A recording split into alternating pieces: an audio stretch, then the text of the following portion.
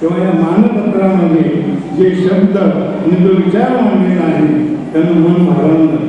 परमेश्वरानं जो जन्म दिलेला आहे आणि शिक्षक बनण्याचं जे नशिबामध्ये पाहिजे, सगळे शिक्षक होऊ शकत नाही. ते शिक्षक हे नशिबामध्येच पाहिजे आणि मुलांना नेहमी मार्गदर्शन करण्यामध्ये रमवण्यामध्ये तो योगायोग आहे. माझ्या या कार्यामध्ये मी जे शिक्षणाचे कार्य माझ्या हा वाचताना म्हणजे आजोबा शिक्षक होते